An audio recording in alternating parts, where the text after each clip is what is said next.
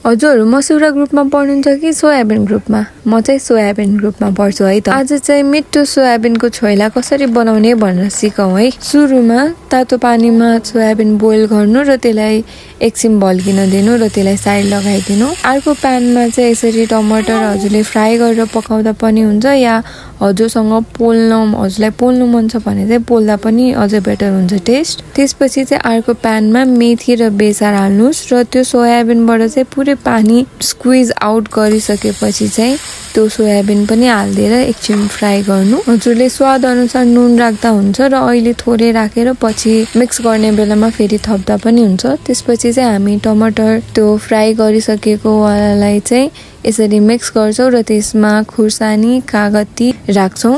Soybean fry भइसक्यो जस्तो लागे पार त्यो अघि नै बनाएको टमाटर प्युरेमा हामीले त्यो सोयाबिन राख्छौँ र मैले यहाँ लसुन र टिमुरको छोप पनि मिसाएको छु। यस्तो लामो गरेको प्याज राख्दा चाहिँ अझै मिठो हुन्छ र मैले लास्टमा धनियाँले गार्निस गरेको छु। यो रेसिपी फलो गरेर हजुरले पनि मिठो सोयाबिनको छोइला बनाएर खान सक्नुहुनेछ। Thank you.